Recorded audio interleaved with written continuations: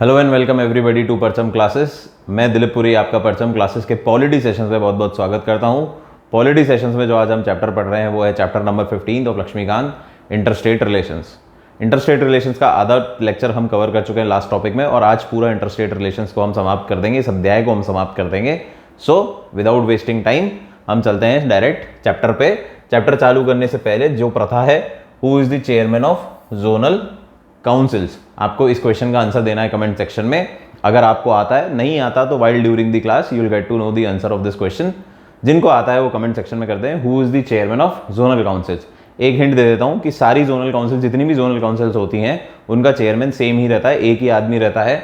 आपको ये बताना है वो कौन सा आदमी है या वो कौन सी पोजिशन है, who will be regarded as the chairman of zonal councils. जिनको पता है वो कमेंट सेक्शन में कमेंट कर सकते हैं, अदरवाइज अपन इसको आगे करेंगे। आज आते हैं हम public acts, records and judicial proceedings. हमने ये सुना था कि जब इंटरस्टेट पढ़ा था कि इंटरस्टेट रिलेशंस में जब भी हम बात करते हैं इनके हार्मोनियस रिलेशन के, इंटरस्टेट स्टेट के आपस में, तो चार चीज़ों पे एम्फेसिस होता है। सबसे पहला adjudication of interstate water dispute, जिसको हम पढ़ चुके हैं। इंटरस्टेट वाटर डिस्प्यूट्स अगर हो रहे हैं, पानी को लेकर अगर कोई समस्या हो रही है तो उसको किस तरीके से एडजुडिकेट किया जाएगा, इसके बारे में हम पढ़ चुके हैं। Then the setup of interstate council, interstate council क्या होती है, किस वजह से सेटअप होती है, किस तरीके से इसकी फंक्शनिंग होती है, हु आर इट्स मेंबर्स, ये भी हम पढ़ चुके हैं। आज जो हम करेंगे वो दो टॉपिक करेंगे, mutual recognition of public acts, records and judicial proceedings, और दूसरा हम freedom of interstate trade and commerce. ये दो टॉपिक आज हम कवर करेंगे। साथ ही साथ जोनल काउंसिल का भी एक पार्ट है जो हम कवर करेंगे। सो ये तीन टॉपिक हम कवर करेंगे। छोटे छोटे से टॉपिक हैं, ईजी से टॉपिक हैं, कोई ज़्यादा लोड वाली बात नहीं है। सो चलते हैं। सो आज हैं हम mutual public acts, records, mutual recognition for acts, records and judicial proceedings. अब ये क्या बोलता है, ये बेसिकली ये बोलता है कि पब्लिक एक्ट्स, रिकॉर्डिंग्स या कोई भी जुडिशियल रिकॉर्डिंग्स या कोई भी पब्लिक प्रोसीडिंग्स है, उनको मान्यता दी जाएगी पूरे देश में। मगर मतलब कि अगर सेंटर ने कोई लॉ निकाला है, या सेंटर ने अगर कोई रूल निकाला है, या सेंटर ने कोई एक्ट पास करा है, या सेंटर की कोई जुडिशियल प्रोसीडिंग है, सुप्रीम कोर्ट की कोई जुडिशियल प्रोसीडिंग है, तो उसको पूरे देश के अंदर मान्यता मिलेगी, पूरे देश के अंदर उसको रिस्पेक्ट मिलेगी, उसको फुल फेथ एंड क्रेडिट दिया जाएगा। ये बात तो है सेंटर के किसी रूल, रेगुलेशन, लॉ की बात कर रहे हैं तो सेंटर तो हमारा ऊपर है ही, फिर हमारी स्टेट्स आती हैं तो मानना बहुत ऑब्वियस सी बात है। लेकिन हम क्या पढ़ रहे हैं, इंटरस्टेट रिलेशन। इंटरस्टेट रिलेशन में क्या जरूरी है कि सेंटर को तो स्टेट, सेंटर की बात तो स्टेट मानेगी, फिर वो चाहे रिकॉर्ड्स हो, चाहे एक्ट्स हो, चाहे लॉज हो। साथ ही साथ दूसरी स्टेट में अगर कोई लॉ पास हो रहा है, कोई एक्ट पास हो रहा है, या कोई भी रिकॉर्ड फॉर्म हो रहा है, तो उसको भी दूसरी स्टेट मान्यता देंगी, या क्रेडिट और full faith and credit show करेगी, पूरी रिस्पेक्ट करेगी। उसको दरकिनार नहीं कर सकते हम, उसको डिसरिस्पेक्ट नहीं कर सकते, उसकी अवहेलना नहीं कर सकते हम, उसको क्रिटिसाइज नहीं कर सकते। सो अगर राजस्थान में कोई लॉ पास हो रहा है तो पूरा लॉ जो है उसकी रिस्पेक्ट हमें दूसरे स्टेट्स में भी उसको रिस्पेक्ट देनी है, उसको एक्नॉलेज करना है, ना कि उसको क्रिटिसाइज या उसको बोल देना ये तो दकियानुसी है या ये गलत है। ऐसा नहीं कर सकते हम। हमें अगर किसी स्टेट में भी कोई लॉ पास हो रहा है, कोई एक्ट पास हो रहा है, या कोई प्रोसीडिंग, जुडिशियल प्रोसीडिंग्स आ रही है, तो उसको पूरे देश में full faith and credit, respect देना जरूरी है। क्लियर है? सो क्या है ये? Since the jurisdiction of each state court is confined to its own territory under article 162, the acts and records of one state might have been refused to recognised in another state. तो क्या है 162, जो article 162 है वो क्या बोलता है कि हर स्टेट का अपना कोर्ट होगा, हाई कोर्ट जो होते हैं, और दूसरे जो उनके सबऑर्डिनेट कोर्ट्स होते हैं, और वो उनके स्टेट के जुरिसडिक्शन में हैंडल करेंगे, उनकी टेरिटरी का जो भी जुरिसडिक्शन है वो कोर्ट हैंडल करेंगे। तो अगर ऐसा होगा, तो ऐसा होता है, पर इससे क्या प्रॉब्लम क्रिएट हो जाती है? इससे ये प्रॉब्लम क्रिएट हो जाती है कि एक जगह किसी भी जुडिशियल प्रोसीडिंग या कोई भी जुरिसडिक्शन एक स्टेट में निकला है, सपोज राजस्थान के कोर्ट ने कोई जुरिसडिक्शन निकाला है, तो गुजरात वाला बोलेगा भाई कि मैं इसको क्यों मानूं, या मैं क्यों इसको इज्जत दूं, मैं क्यों इस लॉ को रिस्पेक्ट दूं, इस एक्ट को फॉलो करूं। तो ये इशू क्रिएट होना बहुत ज़्यादा लाजमी था, और ये BR अम्बेडकर साहब को पहले से ही दिख गया था। तो इसलिए उन्होंने ये एक चीज़ निकाली कि भैया अगर किसी भी स्टेट में सेंटर का तो मानना ही है, सेंटर की तो बात ही छोड़ देते हैं हम, उसमें तो कोई लॉजिक ही नहीं है। इनफैक्ट अगर वो नहीं मानोगे तो वो प्यूनिटिव भी क्रिएट हो सकता है, या प्रेसिडेंट रूल भी लग सकता है कि प्रेसिडेंट साहब बोलें कि भैया हमारा ये जो स्टेट है ये अनकॉन्स्टिट्यूशनल बिहेव कर रही है, तो वो तो कहानी अलग ही हो गई। स्टेट अगर सेंटर की बात नहीं मानेगा तो प्यूनिटिव एक्शंस लिए जा सकते हैं, लेकिन स्टेट को दूसरी स्टेट के लॉज, ऑर्डर, एक्ट्स को भी मानना जरूरी है, भले ही उसे इंप्लीमेंट ना करे पर उसे रिस्पेक्ट, उसे फुल फेथ एंड क्रेडिट देने की जरूरत है, ये बोला गया है हमारे इस प्रोविजन में। सो क्या है अंडर आर्टिकल 261, 162 क्या बोल रहा है कि हर स्टेट का अलग कोर्ट है, अलग जुरिस्डिक्शन है उसके टेरिटरी पे। तो इसकी वजह से हो सकता है कि भैया जो भी लॉ या जो भी कानून, जो भी एक्ट निकल रहा है एक स्टेट में, उसको पूरी तरीके से इज्जत ना मिले या रिस्पेक्ट ना मिले या क्रेडिट ना मिले किसी और स्टेट में, बहुत जो कि बहुत लाजमी है।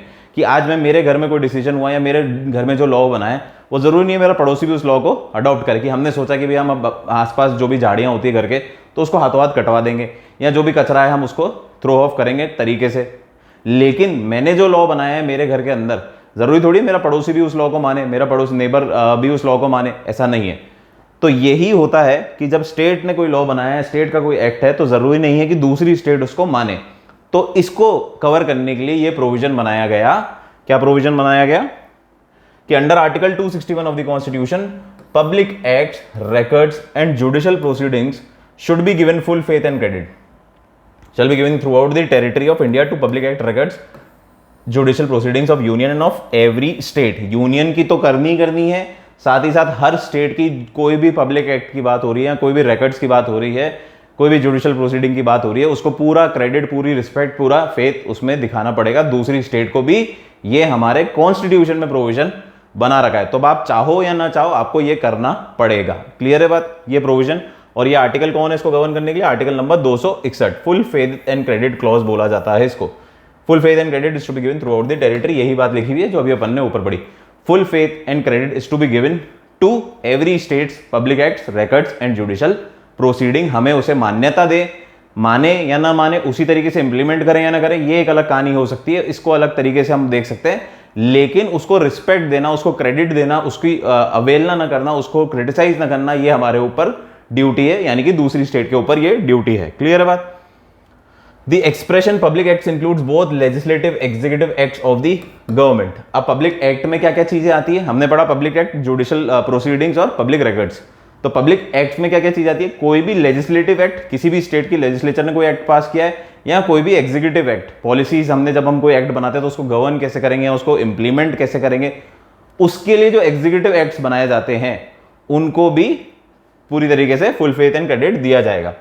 Similarly the expression public record, public record क्या है? पब्लिक एक्ट समझ में आ गया? चाहे लेजिस्लेटिव एक्ट हो चाहे एग्जीक्यूटिव एक्ट हो, दोनों को फुल फेथ एंड क्रेडिट दिया जाएगा।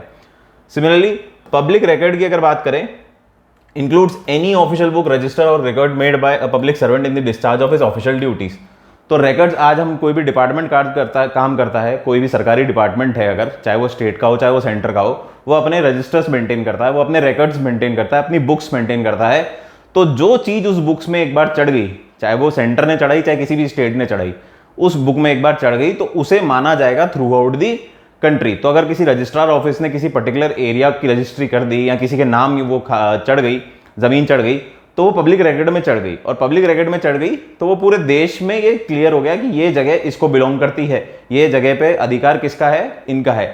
सपोज करो एक लैंड का टुकड़ा है, एक लैंड का टुकड़ा अपन ने इनकम टैक्स अथॉरिटी को अलॉट कर दिया गया, इनकम टैक्स अथॉरिटी को अलॉट कर दिया गया या सीएजी को अलॉट कर दिया गया, तो किताबों में चढ़ गया कि ये जमीन किसके नाम गई? ये सीएजी के नाम है, सीएजी के ऑफिस के सेटअप के लिए it has been allotted.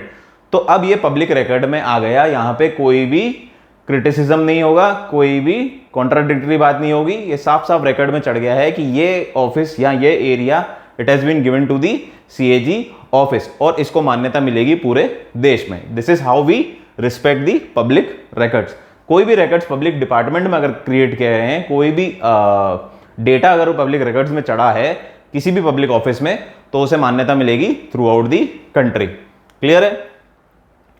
The rule applies only to civil judgment and not to criminal judgments. अच्छा, एक और बात, जुडिशियल प्रोसीडिंग्स की जब हम बात करते हैं तो जुडिशियल प्रोसीडिंग्स में सिर्फ सिविल प्रोसीडिंग्स जो हैं उन्हीं को मान्यता मिलेगी पूरे देश में।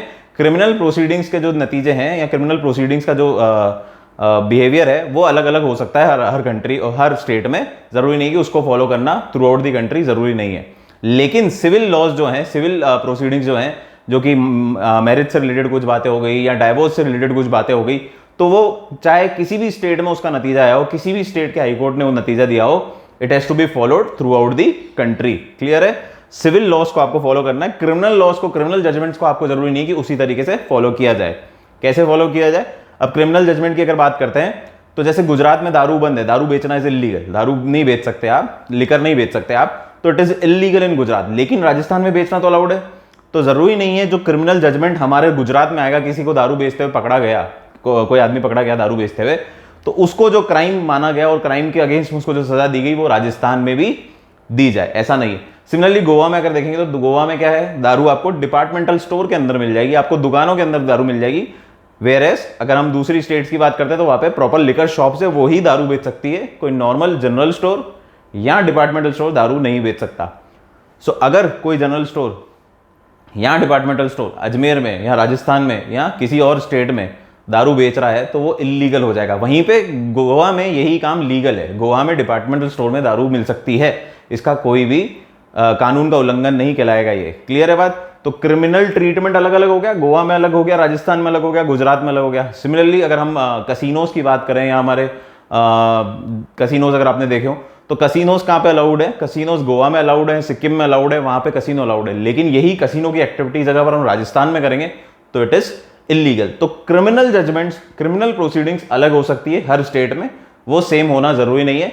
लेकिन सिविल जजमेंट अगर कोई है, सिविल लॉज कोई है, तो वो through out the country follow किए जाते हैं। हाँ, इसमें भी कुछ ऊपर नीचे बदलाव किए जा सकते हैं एज पर दी स्टेट, पर जनरली उसको पूरा क्रेडिट और रिस्पेक्ट दी जाती है through out the country.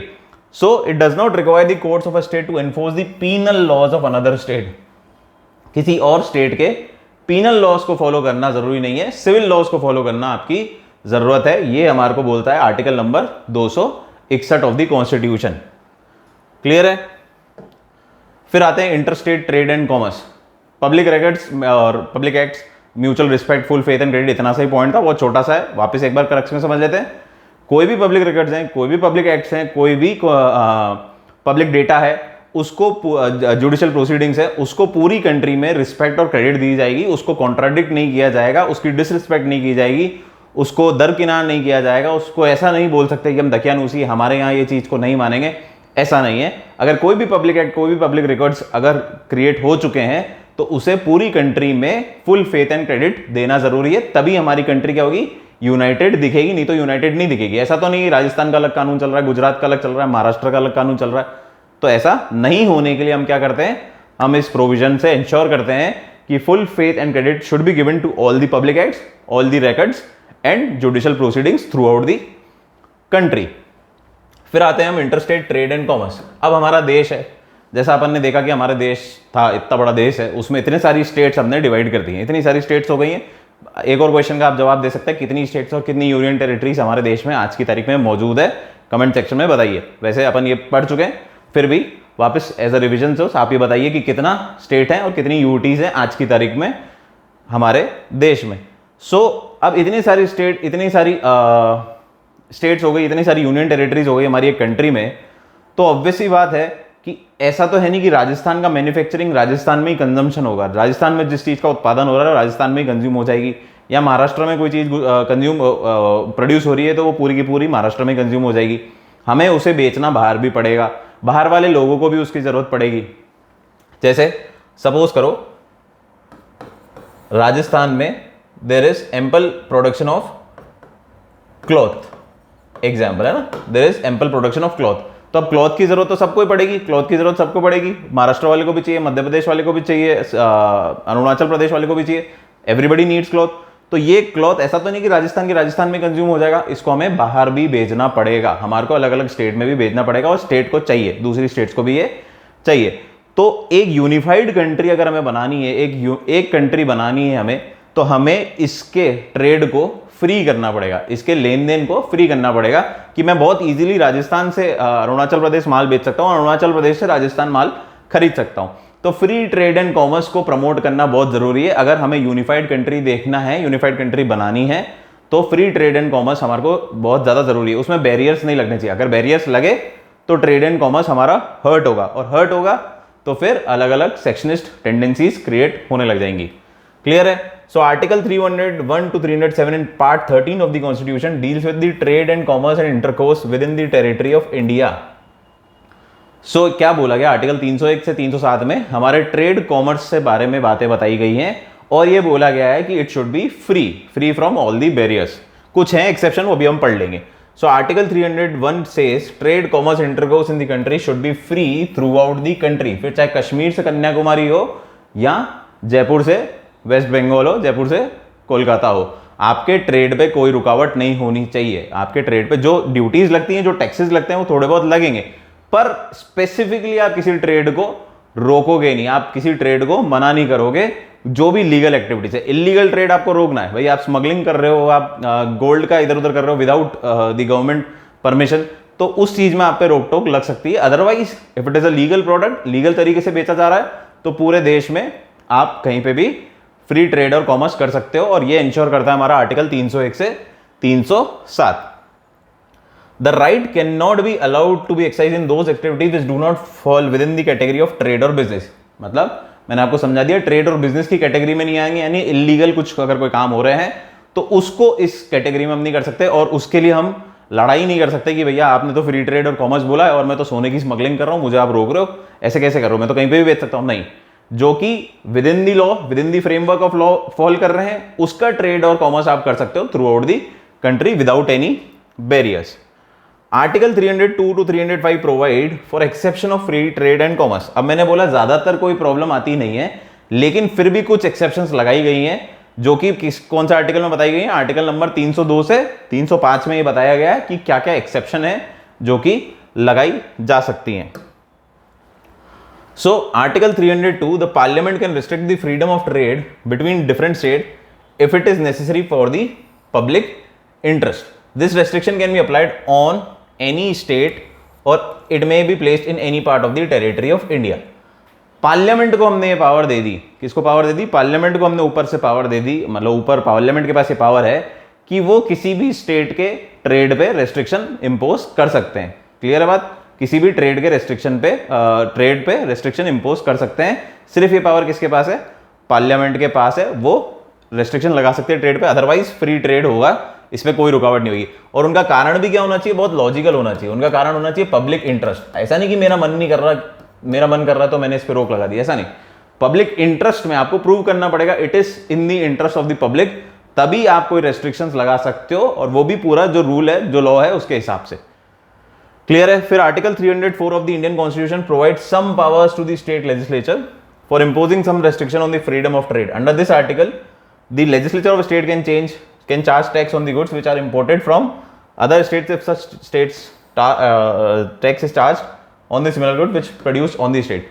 Similarly state legislature कुछ restrictions लगा सकते हैं। ये पार्लियामेंट की बात करी थी हमने, अब इसी तरह स्टेट लेजिस्लेचर भी कुछ restrictions, कुछ बैरियर्स लगा सकती है ऑन फ्री ट्रेड। कब लगा सकती है? जब the goods which are imported from other state are tax is charge on the similar goods which are produce in the state. क्या मतलब है? कि जो कुछ गुड्स हमारी स्टेट में प्रोड्यूस हो रहे हैं और उन पे अगर कुछ टैक्स लगाया जा रहा है, तो उसी गुड्स को अगर हम कहीं बाहर से मंगा रहे हैं तो उस पर भी टैक्स लगाया जा सकता है। सपोज मेरे यहाँ पे बॉल बनती है ना, फुटबॉल या कोई सी भी टाइप की, बास्केटबॉल या किसी भी टाइप का मैन्युफैक्चरिंग है बॉल का, ठीक है। अब इस बॉल के आर्टिकल पे हम, suppose this is totally imaginary, हम 10% टैक्स लगाते हैं, 10% टैक्स लगाते हैं। यहीं के लोग अगर मैन्युफैक्चर कर रहे हैं तो इस आर्टिकल पे हम 10% टैक्स लगाते हैं। तो अब अगर ये बॉल मैं महाराष्ट्र से मंगा रहा हूं, जब मैं राजस्थान में रह के इस पे 10% टैक्स लगा रहा हूं, तो महाराष्ट्र से भी जब मैं कुछ बॉल मंगाऊंगा, लेकिन मेरे यहाँ पे क्या है, फुल कंजम्पशन मीट आउट नहीं हो पा रहा, मैं बॉल प्रोड्यूस तो करता हूं, उस पर 10% टैक्स भी लगता है, लेकिन मेरा कंजम्पशन बहुत ज्यादा है जो मेरे प्रोडक्शन से ज्यादा है। तो अगर मुझे 100 बॉल की, मेरी स्टेट को 100 बॉल की जरूरत है, तो मैं 70 ही बना पा रहा हूं, और 30 मुझे महाराष्ट्र से मंगानी पड़ती है। कहां से मंगानी पड़ती है? 30 मुझे अगर महाराष्ट्र से मंगानी पड़ती है, तो मैं इस पे भी टैक्स लगाऊंगा 10%, इस पे भी टैक्स लगाऊंगा 10%। ऐसा लगा सकती है स्टेट, लगाए नहीं लगाए वो अलग कहानी है, पर स्टेट के पास ये पावर है कि जब आप अपनी स्टेट में कोई गुड्स मैन्युफैक्चर कर रहे हो और उस पर टैक्स लगा रहे हो, तो सिमिलर आर्टिकल अगर आप किसी और स्टेट से मंगा रहे हो तो उस पर भी आपको टैक्स लगाने का हक है। उसको बैरियर की तरह नहीं देखा जाएगा। बैरियर की तरह नहीं देखा जाएगा मतलब कि कल को ये नहीं बोल सकती महाराष्ट्र कि यार ये तो टैक्स लगा रहे हैं, हमारे प्रोडक्ट को रोक रहे हैं, हमारे प्रोडक्ट को राजस्थान में बेचने से रोक रहे हैं, महंगा कर रहे हैं, टैक्स लगा रहे हैं, तो ये बैरियर की तरह काम कर रहे हैं फ्री ट्रेड के अगेंस्ट काम कर रहे हैं, तो इस पर राजस्थान क्या लॉजिक देगी? राजस्थान लॉजिक देगी कि भैया जब हमारे यहाँ प्रोड्यूस होता है ना तो भी हम 10% टैक्स लगाते हैं, प्रोड्यूस होने के बाद जो बिकता है हमारा खुद का प्रोडक्शन, तो भी हम उस पर 10% टैक्स लगाते हैं। तो बहुत ही क्लियर सी बात है कि जब आपसे मंगाएंगे तो उस पर भी टैक्स लगेगा ही लगेगा। क्लियर है बात? कोई दिक्कत?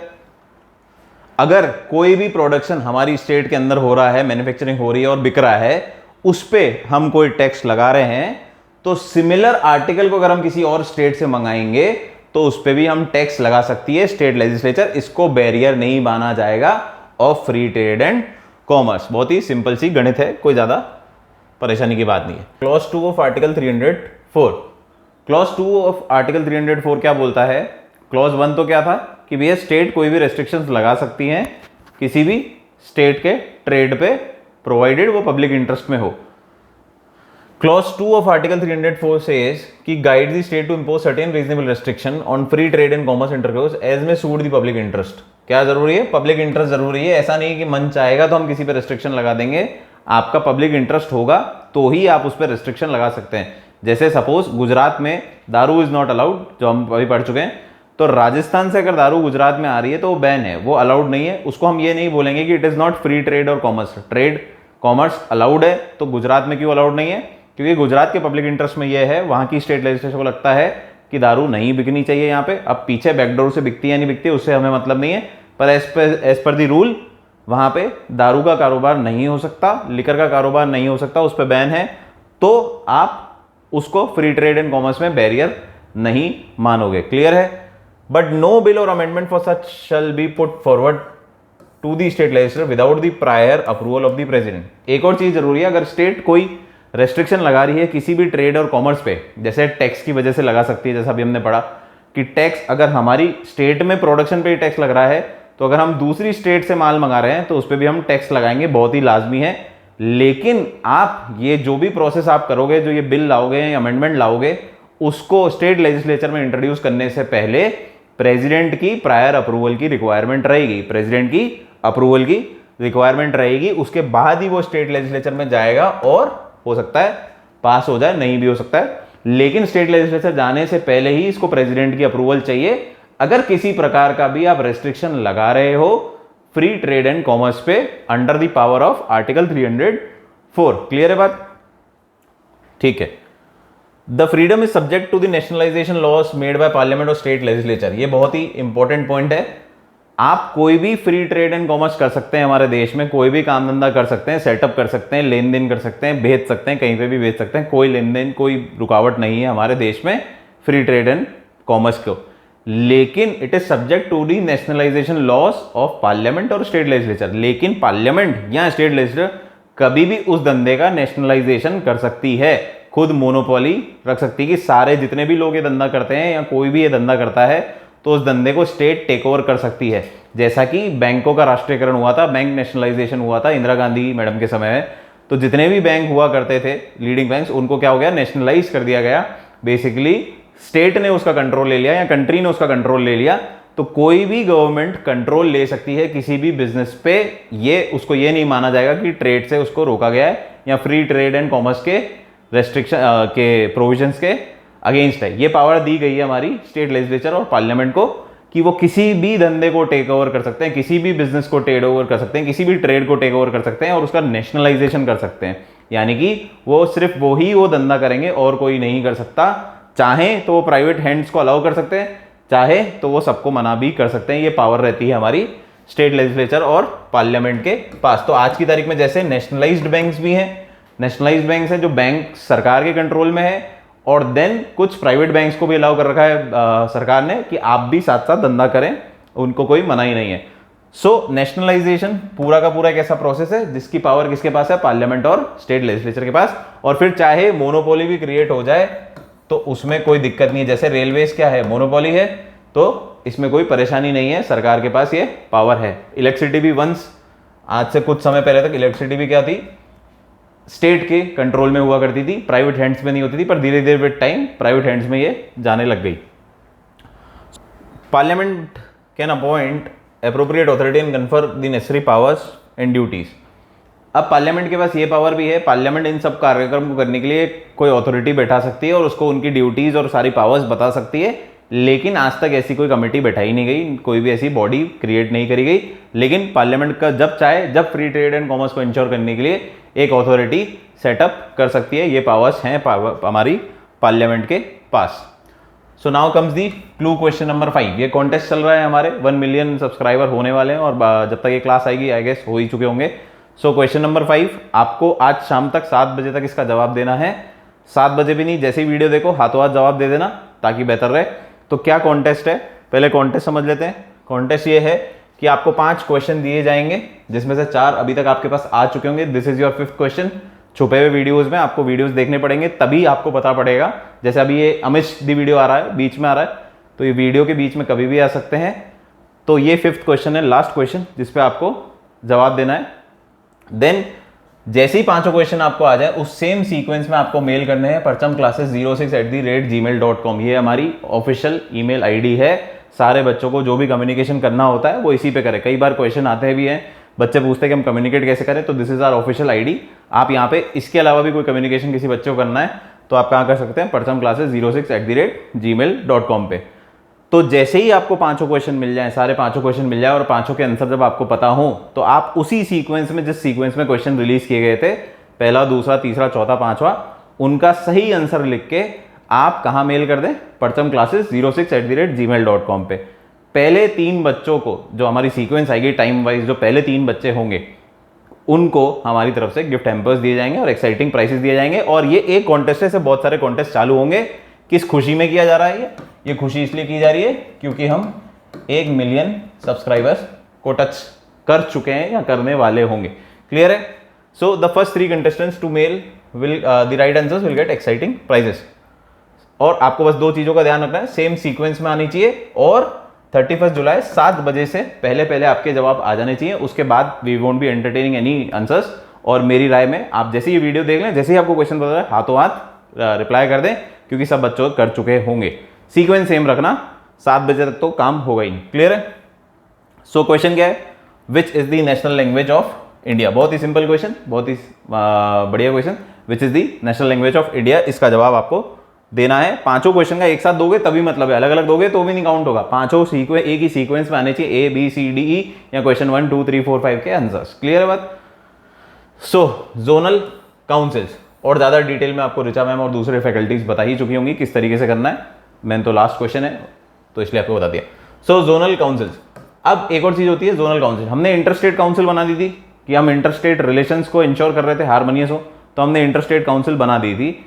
लेकिन इंटरस्टेट काउंसिल क्या होती है, 2 या 2 से ज्यादा स्टेट में, 2-3 स्टेट मैक्सिमम में इंटरस्टेट काउंसिल क्रिएट की जाती है। लेकिन जोनल काउंसिल क्या है, हम हमारे देश को जोन्स में बांट देते हैं। जैसे आपने देखा होगा क्रिकेट टूर्नामेंट्स भी होते हैं, जोनल टूर्नामेंट, या कोई भी स्पोर्ट्स के टूर्नामेंट होते हैं तो जोनल टूर्नामेंट्स होते हैं। North zone, west zone, east zone, south zone, central zone. इसी तरीके से हमारी काउंसिल्स को भी हम क्या करते हैं, एक जोनल काउंसिल भी क्रिएट करते हैं apart from interstate council. Interstate के अलावा भी हम जोनल काउंसिल्स क्रिएट करते हैं। सो जैसे नॉर्थ जोन है तो नॉर्थ जोन में हम 5-7 स्टेट ले लेंगे, सेंट्रल जोन है सेंटर की 5-7 स्टेट ले लेंगे, वेस्ट जोन में 4-5 स्टेट ले लेंगे, ऐसे करके हम जोन क्रिएट कर देते हैं जहां पे 1-2 स्टेट नहीं होंगी, मल्टीपल स्टेट्स होंगी उस जोन की। नॉर्थ में नॉर्थ वाली, साउथ में साउथ वाली, वेस्ट में वेस्ट वाली, ईस्ट में ईस्ट वाली, वेस्ट में वेस्ट वाली। क्लियर है? So it is a statutory body. Statutory body यानी कि एक्ट के थ्रू बनाई गई है, कॉन्स्टिट्यूशनल बॉडी नहीं है ये, एक्ट के थ्रू बनाई गई है। कौन से एक्ट के थ्रू बनाई गई है ये बनाई गई है स्टेट्स रीऑर्गेनाइजेशन एक्ट 1950। और 5 जोनल काउंसिल हमने बनाई गई थी उस time, north, west, east, south और सेंट्रल जोन। 5 जोन बनाए गए थे, जोनल काउंसिल बनाई गई थी 5 जोनल काउंसिल। अब आगे जाके एक और नॉर्थ ईस्टर्न भी बन गई है 1971 आई गेस। पर अभी जब थी 1956 का एक्ट जब पास हुआ था तो 5 जोनल काउंसिल बनाई गई थी। किस बेस पे जोनल काउंसिल बनाते हैं, तो बहुत सारे फैक्टर्स होते हैं जोनल काउंसिल बनाने के लिए। Natural division, river system, means of communication, security, cultural and linguistic affinity, इन सब फैक्टर से रिलेटेड हम जोन डिवाइड करते हैं। अब जोन किस तरीके से डिवाइड करेंगे, कहां से कहां होगा, तो उसके फैक्टर्स हैं कि हमें कहां पे इसको डिवाइड करना है। नॉर्थ जोन कहां तक मानना है, साउथ जोन कहां तक मानना है, वेस्ट कहां तक मानना है, ईस्ट कहां तक मानना है। तो it depends on various factor. कौन कौन से, रिवर सिस्टम हो गई, कोई ब्रेकेज आ गया, कोई टोपोग्राफी चेंज हो गई, सिक्योरिटी फोकस पॉइंट है, कल्चरल एंड लिंग्विस्टिक एफिनिटी है। तो इस केस में हम क्या करते हैं, डिवीजन बनाते हैं, जोन्स के डिवीजन बनाते हैं। क्या होता है स्ट्रक्चर जोनल काउंसिल का, कौन कौन लोग होते हैं जोनल काउंसिल में, तो सबसे पहले चेयरमैन जो है यूनियन होम मिनिस्टर यानी कि अमित शाह जी आज की तारीख में, ठीक है। जो होम मिनिस्टर होगा वो ही बेसिकली क्या होगा, जोनल काउंसिल का चेयरमैन होगा। यही क्वेश्चन था हमारा। So who is the chairman of zonal council, और सारी जोनल काउंसिल, जितनी भी जोनल काउंसिल है उनका कॉमन चेयरमैन रहता है, that is the union home minister. Clear है, that is the union home minister. फिर वाइस चेयरमैन कौन होते हैं, the chief minister of the state by rotation 1 year.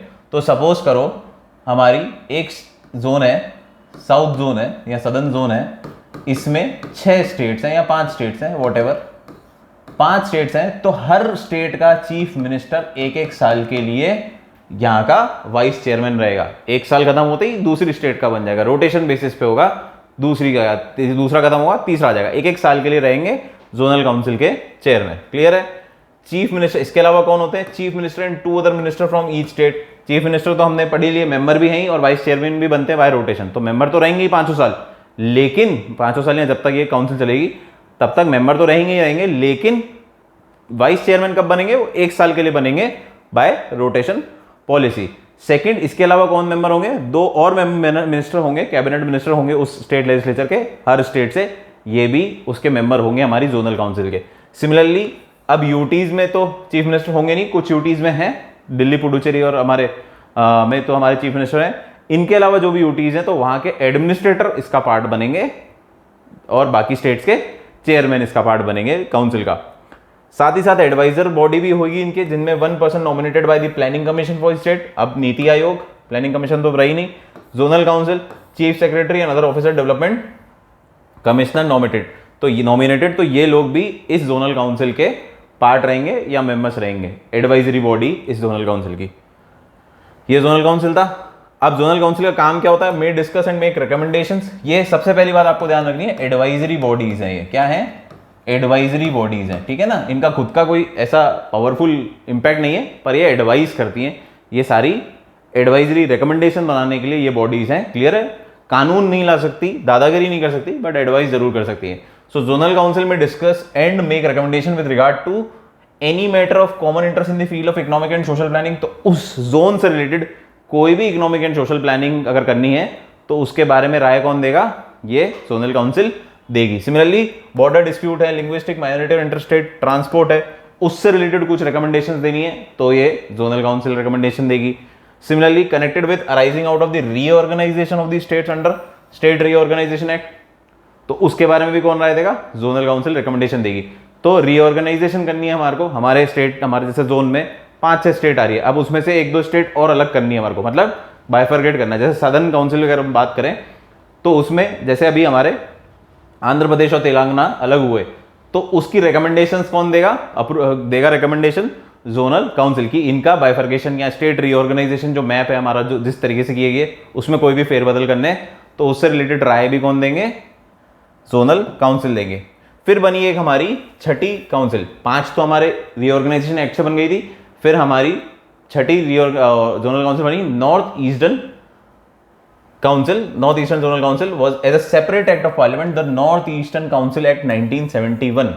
वो 5 किससे बनी थी, स्टेट रीऑर्गेनाइजेशन एक्ट 1956, ये बनी है नॉर्थ ईस्टर्न काउंसिल एक्ट 1971। इसके तहत इसको अलग से एक जोनल काउंसिल दी गई, क्यों दी गई, क्योंकि ये स्ट्रेटेजिकली इंपॉर्टेंट एरियाज है हमारे देश के, इसलिए इनको एक सेपरेट काउंसिल क्रिएट करके दी गई, जो कि नॉर्थ ईस्टर्न काउंसिल एक्ट के थ्रू बनाई गई। कौन कौन इसके मेंबर है, असम, मणिपुर, मिजोरम, अरुणाचल प्रदेश, नागालैंड, मेघालय, त्रिपुरा एंड सिक्किम।